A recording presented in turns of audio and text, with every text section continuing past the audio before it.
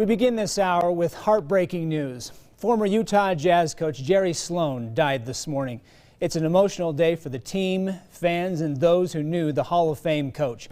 Our sports anchor, Wesley Ruff, here has a look back in his career. And Wes, this is just tough to believe today. Yeah, it really is. Hard to think of the Utah Jazz without thinking of Jerry Sloan. He combined with John Stockton and Karl Malone to form the nucleus of the team that was one of the top franchises in the NBA for over 20 years. He passed away due to complications from Parkinson's disease and Lewy body dementia. Jerry Sloan was a one-of-a-kind player and a coach, a man's man, and a Hall of Famer in many ways.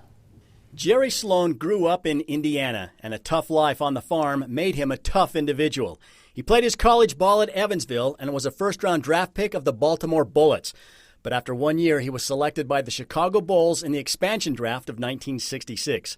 As one of the original Bulls, he was a hard-nosed player who made a name for himself on defense and was selected to the all-defensive first team 4 times. He averaged over 14 points in his career and was a 2-time All-Star. His number 4 was the first number ever retired by the Bulls, long before Michael Jordan. But it was as coach of the Utah Jazz that most fans will remember Sloan.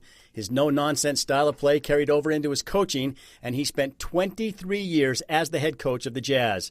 He led Utah to 2 NBA Finals in 1997 and 1998, losing both times to his old team, the Chicago Bulls. Sloan won 1,221 games in his career, 4th all-time. He's one of only 2 coaches in the NBA to win 1,000 games with the same team. He was inducted into the Hall of Fame in 2009.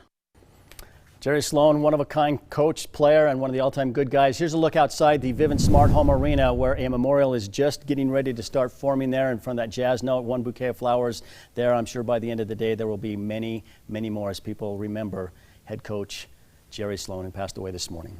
Touching so many people. I mean, over that 23-year career that he had here. Yep. You heard about this morning here first, West.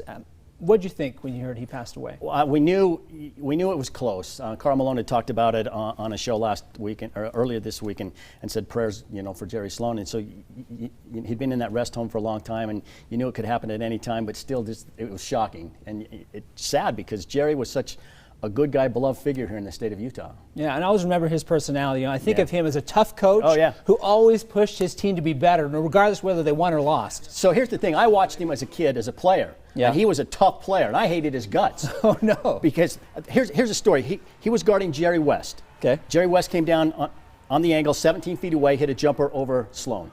Next time down, same place, hit a jumper over Sloan. Next time he came down, before West got the ball, Sloan punched him in the face. And that's how Sloan was. Yeah. And the point of the story was that West didn't shoot there anymore.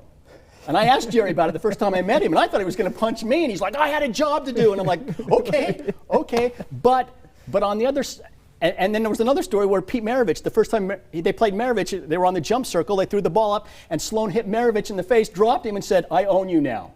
You got to watch out for that hook there from Sloan. But yet he was a guy who was so intense coaching, and when the game was over, it was done.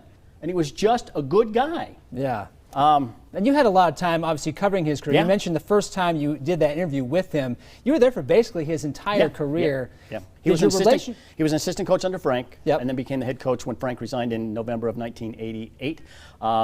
Did your relationship change with him over the years? Well, I had a great relationship with Jerry because his wife had breast cancer. Bobby had breast cancer at the same time. My wife, Valerie, had breast cancer.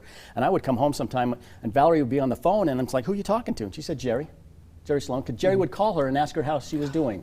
He was just a great guy, and we're going to have much more on him coming up later today at 6 and 10, and probably in 5 and 4 o'clock and 5 o'clock shows too. He was just a great guy. He was, and obviously a great career. Yep. Wes, thanks for kind of helping us look back here this morning. My pleasure.